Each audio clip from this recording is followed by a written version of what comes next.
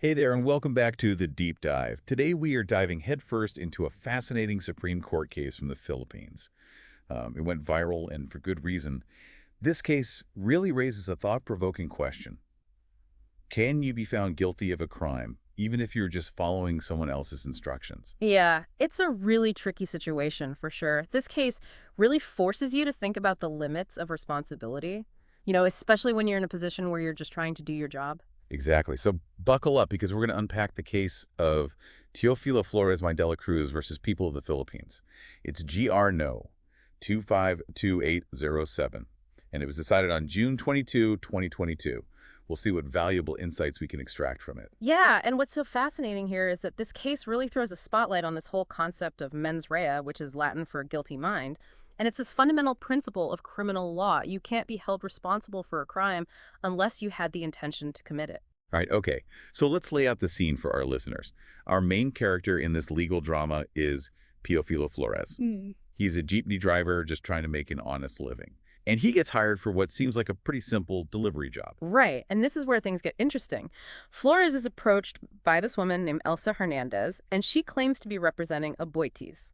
Aboitiz is a well-known company in the Philippines, and she offers Flores P1000 to transport goods from TRM sales marketing to Paco Market. Okay, so it sounds like a pretty standard gig for a Jeepney driver. What could possibly go wrong? Well, Hernandez gives Flores the sealed envelope. She tells him to give it to the warehouseman at TRM. She instructs him to deliver the goods to Paco Market. And, on the surface, it all seems above board. So Flores goes to TRM and hands over the envelope, signs some invoices like he was instructed to, loads up the goods, and delivers them like he agreed. He's basically just doing his job following instructions. Exactly, and there's no indication that he even suspected anything was amiss at this point. But here's where the plot thickens. The payment checks that were given to TRM, they bounce. And then Aboitiz denies any involvement in the whole transaction. They claim that Hernandez is not even their employee and that they never placed an order with TRM. Wow, what a curveball for this guy. So poor Flores is caught in the middle of this alleged scam. So what are the specific charges against him? So Flores is charged with 2 counts of estafa. That's a form of fraud in the Philippines. The prosecution alleges that he conspired with Hernandez and this guy, James Aquino, to defraud TRM sales marketing. And James Aquino, his name appears on the authorization letter. So they're basically saying that he was in on the scheme from the very beginning. So what happened in the lower courts? Well, the trial court initially found Flores guilty on both counts of estafa. That must have been devastating for him. Did he appeal the decision? He did, and the Court of Appeals actually partially agreed with him. They acquitted him on 1 count of estafa. This was related to the second delivery because there wasn't enough evidence to directly link him to that specific transaction. Okay, so a small victory there. But what about the first count? Well, the Court of Appeals upheld the guilty verdict on the first count, and they really focused on his actions on December 9th when he picked up and delivered the goods. They argued that his actions, especially signing the invoices, indicated that he was more than just an unwitting participant. So it sounds like the lower courts were really grappling with this question of Flores' intent. Like, was he a knowing participant in this fraudulent scheme? Or was he simply an unwitting pawn? Precisely. And that brings us to the crux of the matter, which is the core issue that went before the Supreme Court. Were Flores's actions enough to establish that he was part of a conspiracy to defraud TRM? Or was he, as he claimed, just an innocent driver following instructions? And this is where it gets really interesting, right? Because the Supreme Court's decision actually throws a major wrench into this whole case. Absolutely. It's a decision that has significant implications for how we understand responsibility and culpability in these types of really complex situations. So, drumroll please, what did the Supreme Court decide? The Supreme Court acquitted Flores. Well, what? They overturned the Court of Appeals decision and completely cleared his name. Wait, really? They completely exonerated him. So what was their reasoning behind this? Well, their reasoning is incredibly important here. The Supreme Court meticulously reviewed all the evidence and concluded that there was just no proof beyond a reasonable doubt that Flores was aware of the fraudulent scheme or that he intentionally participated in it. So what convinced the Supreme Court that Flores was telling the truth? Well, the court emphasized that Flores's actions were consistent with, what you would expect from a hired driver. He picked up the goods, he delivered them, and he received payment for his services. There was nothing inherently suspicious about any of his behavior. Right, like that all seems pretty standard for any delivery job. I mean, drivers sign invoices all the time. It's just part of the process. Exactly. And the court also pointed out that there was no evidence to suggest that Flores even had any prior connection to Hernandez, to this James Aquino guy, or any other individuals involved in the scam. They were essentially strangers to him. So no pre-existing relationship, Yeah. no evidence of any kind of premeditated plan, and no indication of collaboration all on his part. Just a guy doing his job. Precisely. And this is where the concept of mens rea comes into play. The prosecution failed to prove that Flores had the guilty mind necessary to be convicted of estafa. He had no knowledge of the fraudulent intent, and he didn't intentionally participate in the scheme. And to top it all off, the Supreme Court also pointed out that the warehouse supervisor at TRM was somewhat negligent in accepting the authorization letter and the checks without proper verification. Right. That's a really crucial point. The court recognized that the warehouse supervisor's lack of due diligence actually contributed to this whole situation. They didn't take the necessary steps to ensure the legitimacy of the transaction, which allowed the alleged scam to unfold. So the Supreme Court basically concluded that Flores was not a knowing participant in the Estafa scheme. He was basically an unwitting instrument used by the real perpetrators. That's a great way to put it. He was, in a sense, a victim of circumstance. And the court's decision sends this really powerful message about the importance of proving intent in criminal cases. Wow, what a roller coaster of a case. It really highlights the complexities of the legal system and the importance of carefully scrutinizing evidence to determine true culpability. What stands out to you most about this story? For me, it's this stark reminder that even in the most ordinary circumstances, we need to be aware of the possibility of deception. Just because someone appears legitimate or offers what seems like a really good deal doesn't mean we should blindly trust them. Absolutely. And this case also raises some really interesting questions about how we determine culpability in complex situations. Where's the line between being an accomplice and just being caught in the wrong place at the wrong time? It's definitely something to ponder. And this case really underscores the importance of due diligence, not just for businesses, but for individuals as well. Yeah, that's a great point. I mean, we often associate due diligence with these big corporations and these complex financial transactions, but this case shows how relevant it is in our everyday lives. Exactly. It's about taking those reasonable steps to verify information and assess the risks before making a decision or taking action, no matter how small or seemingly insignificant it might be. Yeah. So let's apply that to Flores' situation. What could he have done differently in terms of due diligence to potentially avoid this whole ordeal? Well, for starters, he could have asked Hernandez for more specific details about the job, like what exactly was he transporting? Where were the goods coming from? Who was the contact person at the warehouse? Basic questions like that, just to get a clearer picture of the situation. Right. Yeah, that makes sense. It's so easy to get caught up in the excitement of a job offer, especially when money is tight. But taking a moment to ask some clarifying questions can really save you a lot of headaches down the road. Absolutely. And in this particular case, since Hernandez was claiming to represent Aboitiz, like a well-known company, Flores could have even taken the extra step of contacting Aboitiz directly, just a simple phone call to verify Hernandez's employment.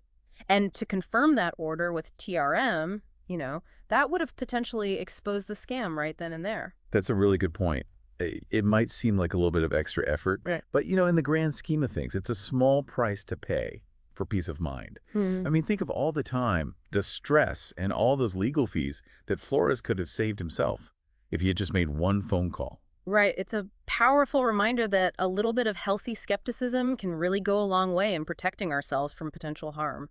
We live in a world where scams and deception are becoming more and more common. So it's just crucial to be vigilant and to not just blindly trust everything that we're told. Yeah, this case is like a cautionary tale, reminding us to always trust our gut instincts. If something feels off or too good to be true, it probably is. I couldn't agree more. Our intuition is such a powerful tool, and we should never dismiss those nagging doubts or those red flags that kind of pop up. Right now, while Flores might have made some mistakes in terms of due diligence, the Supreme Court didn't let TRM off the hook either. They actually had some pretty harsh words for the warehouse supervisor. Yeah, they did. The court pointed out that the warehouse supervisor, Mr. Sarmiento, also failed to exercise due diligence when he was handling the situation, and they found several instances where he was negligent and should have been more cautious. Okay, so what specifically did the Supreme Court take issue with?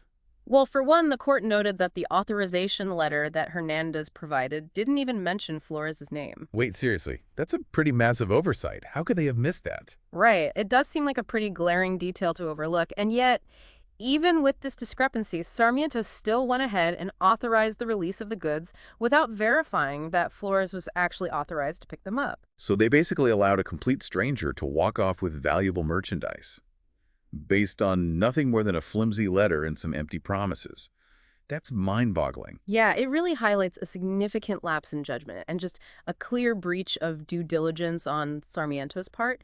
They accepted this random guy's word that he was representing this reputable company without any real proof or verification. Yeah, it's like leaving your front door wide open and inviting anyone who walks by to come in and take whatever they want. I mean, what were they thinking? And to make matters even worse, the Supreme Court also criticized Sarmiento for accepting those checks without even properly verifying their authenticity. So they didn't even bother to check if the checks were good before releasing the goods. Apparently not. And that's such a basic step in any financial transaction, especially when you're dealing with a substantial sum of money.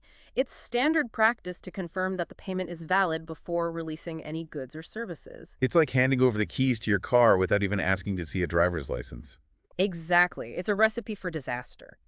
And the Supreme Court was not impressed by this lack of basic financial prudence, and they highlighted it as another clear example of negligence and a failure to exercise due diligence. So essentially, the Supreme Court concluded that while Flores might have been a bit naive or too trusting, it was ultimately the negligence of that warehouse supervisor and TRM's lack of proper procedures that allowed this whole scam to succeed. Precisely. The court emphasized that TRM had no one to blame but themselves for the loss they incurred.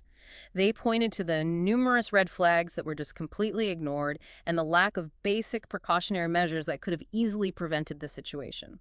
Wow, that's a pretty strong statement from the Supreme Court. It sends this very clear message that businesses can't just shrug off their responsibility when things go wrong. They need to have systems in place to protect themselves from fraud and deception. Absolutely. And it highlights the importance of individual responsibility and accountability, even within a corporate setting.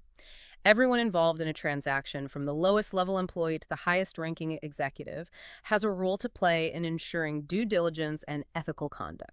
You know, this case is fascinating because it shows how multiple layers of negligence can contribute to a bad outcome. It's not always like a clear-cut case of good guys and bad guys.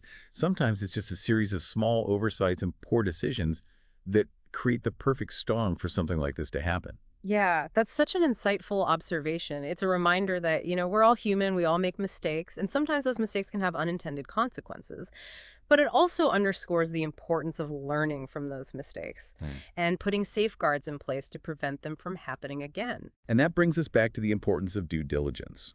Whether we're individuals navigating everyday transactions or businesses operating in a complex marketplace, taking the time to verify information, assess risks, and follow established procedures can make all the difference in protecting ourselves from harm.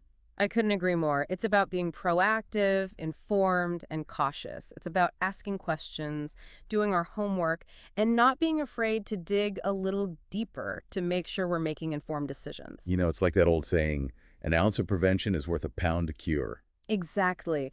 It's so much easier to take steps to prevent a problem from happening in the first place, rather than trying to deal with the fallout after the damage is already done. Well, this case has certainly given us a lot to ponder.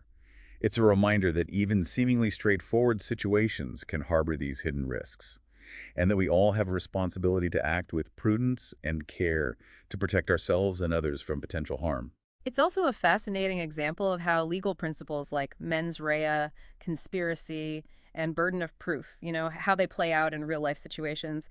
It shows how the law grapples with questions of intent, culpability, and accountability in a nuanced and complex way. And it underscores the importance of having a legal system that strives to uphold justice, fairness, and due process, even in the face of really challenging circumstances. Absolutely. The Flores case really serves as this testament to the resilience and the integrity of our legal system.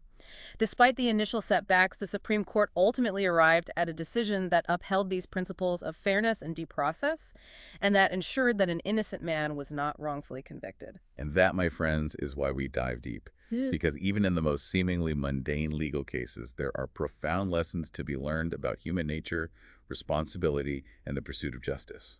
But before we wrap things up for today, I want to hear from you, our listeners. Yes, what really stands out to you at this whole story? What resonated with you? Um, what are your thoughts on the complexities of due diligence, mens rea, and that fine line between being an unwitting participant and a knowing conspirator? Head over to the comments section and share your thoughts with us. We're eager to hear from you. And while you're there, don't forget to hit that like button if you found this deep dive insightful. Yeah, it really helps us spread the word and reach even more curious minds out there. You know, those people who are eager to explore the fascinating world of law and justice. And speaking of curious minds, if you're craving more deep dives into these intriguing legal cases and thought-provoking topics, be sure to hit that subscribe button. We've got a treasure trove of deep dives waiting for you. Yeah, we're covering a wide range of fascinating legal cases and concepts. We're constantly exploring new cases, uncovering these hidden legal gems, and really unpacking those complex legal principles. All with the goal of making the law accessible and engaging for everyone. So join us on this journey of legal discovery. And together, let's unravel the mysteries of the law, one deep dive at a time. Until next time, keep those minds curious and stay vigilant out there.